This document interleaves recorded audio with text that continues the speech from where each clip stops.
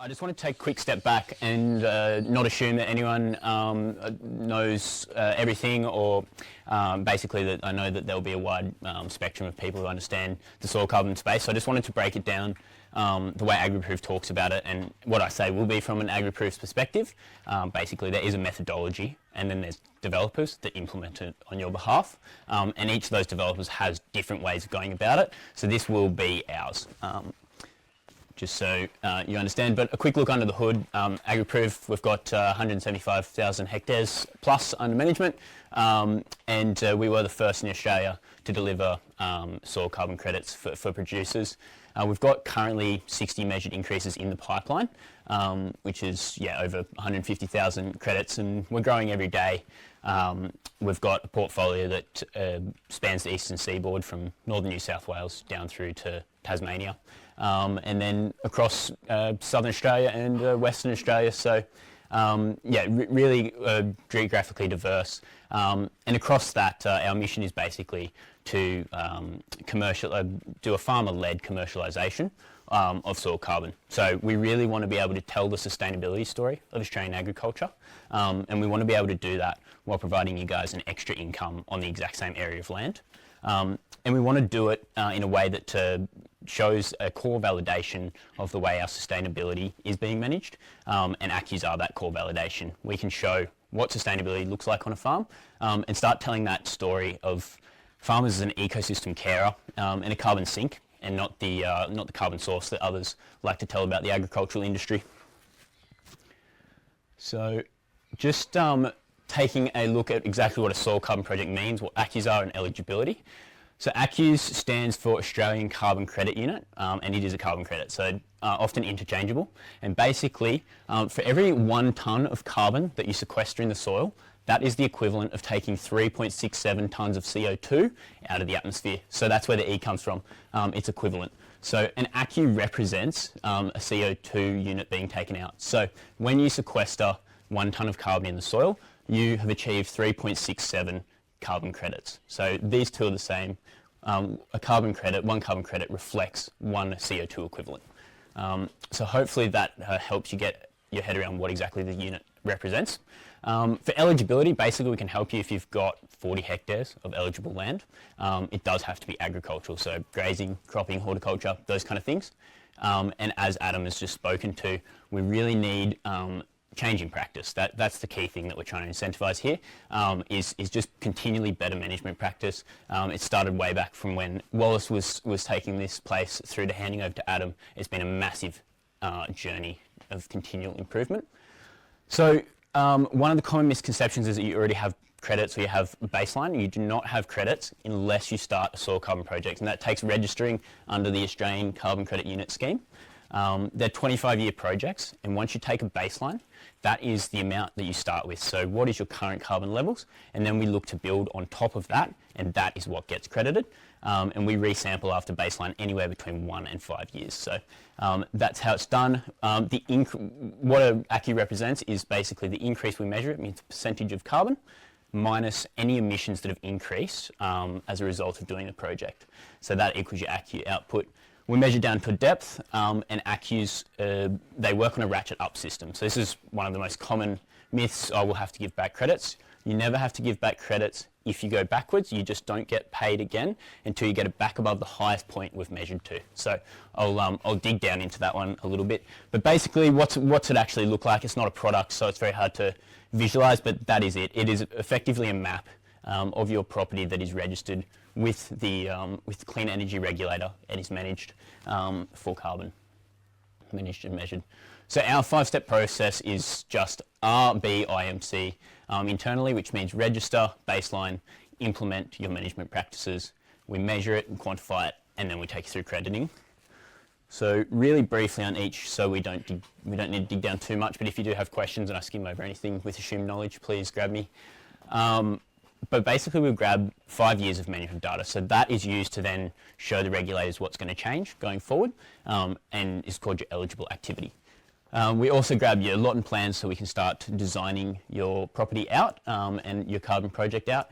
And the data we collect there also forms your baseline emissions. So let's say you've been emitting per hectare 100 units of emissions.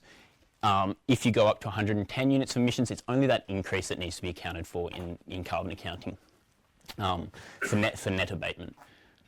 So registration, then it's baselining. Once it's registered and we've got our map, it's about baselining. So here's an example map. We do need to take out during the mapping phase anywhere that can't be mapped. It can't be sampled, sorry, so roads, dams, infrastructure, that kind of thing. AgriProve has taken over 10,000 soil samples in baselining alone. So we've done as many as the biggest kind of projects for research in Australia so far.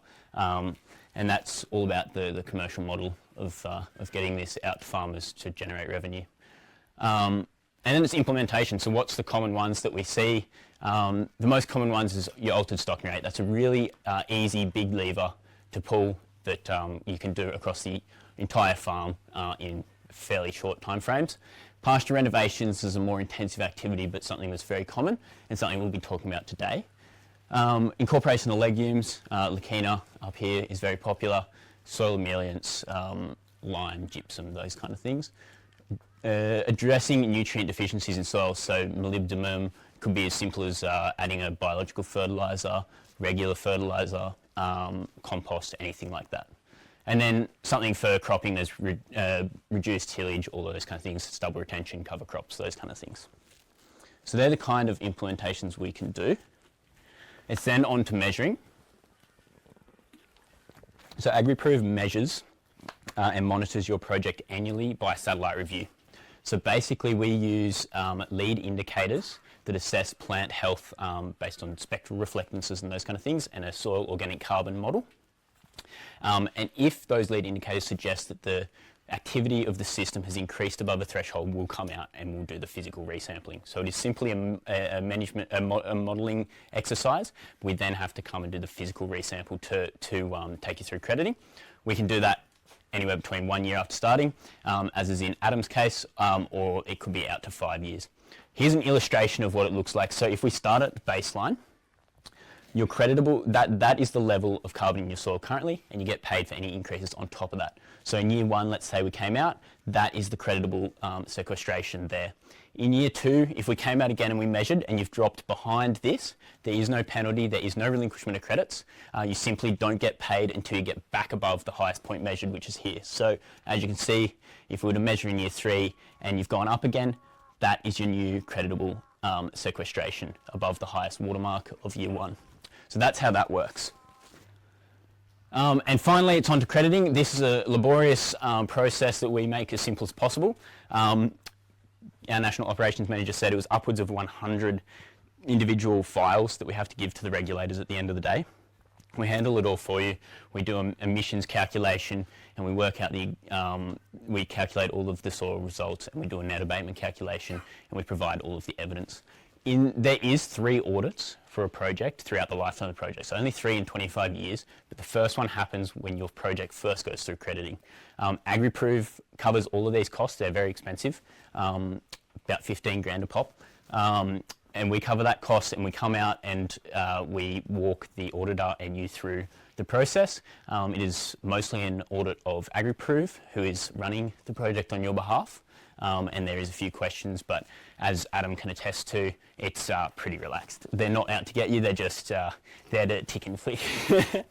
Probably shouldn't say that, but CER assessment, it goes through to the assessors, and they've got 90 days to assess that and get you credited. Once you've got credits, you can do a variety of things with them. You can just hold them in a bank account of your own. A bit like a water unit.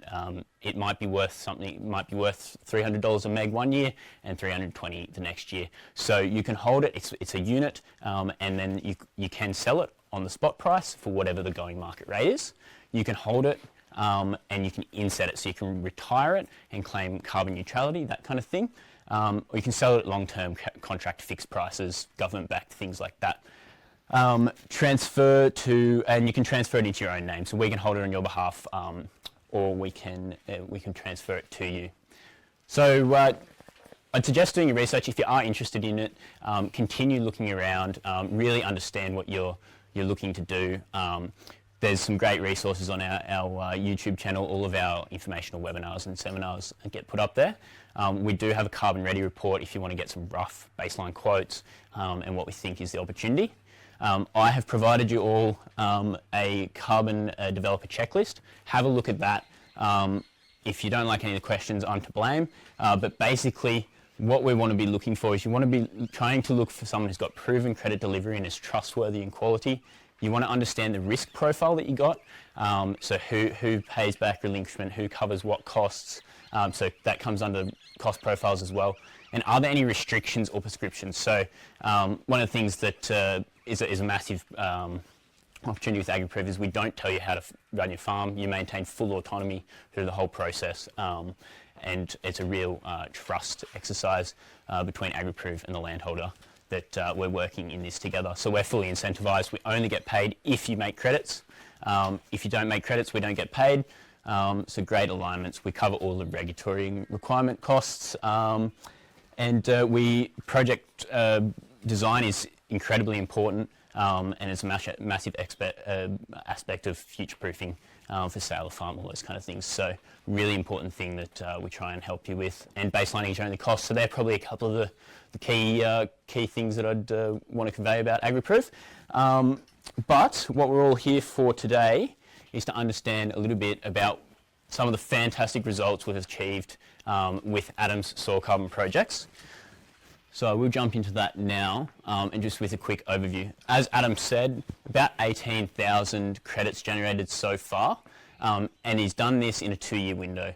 So, and as part of the MLA trial site that Mel will expand on, we've actually achieved a beyond net zero carbon intensity. So one of the key factors of the trial site is what does the red meat industry's carbon footprint look like, and how can soil carbon credits help us achieve reductions in these emissions. It's a beautiful showcase of that. I'll let Mel dig into it further. So Adam's eligible activities were these two here.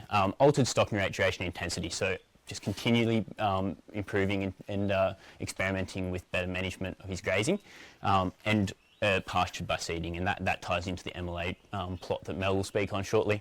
But a quick window into it, we baselined in March. The project was declared as ready to go in March, baselined in April. From there, we did lead indicator assessments, and we did 2 targeted resamples, so 2 of Adam's projects. I think I've skipped a slide here. Oh no, here it is there. All good. Targeted resampling of 2 projects, and these 2 projects did measure an increase, and we've taken those through crediting. And then we came back out in November and did a more broad scale resampling opportunity as a result of a grant, and we got another 2 increases in projects 4 and 15 that are currently going through the crediting process. So this is just a quick snapshot. I'm not sure if you'll be able to see it at the back, but basically the way we've broken down Adam's property into several different projects based on land titles, based on different properties and different management systems. So really important to do that to future-proof, to increase flexibility across the whole project. So this is awesome. This brings it right back to our satellite monitoring. What have we seen? So it is a bit of a messy and not particularly eye-catching graph, but basically the green line is the plant health indicator. So NDRE is the metric, the spectral reflectance that's been captured there, and you can actually see the seasonality all captured within this data. So it's a fantastic example of one of the projects that did increase. And what we've got here in this black line is the baseline plant activity and health of the system along here. So for these first 5 years, looking back from the point we started the project here with this red dot, that's the baseline plant health indicator. In the 1 year subsequent to that, the average has absolutely shot up. The red line is the average here after the baseline, and you can see just the health of the system really spike there. And so we've reached the threshold here on the satellite data to say, well, maybe we should think about resampling. So that's the satellite data.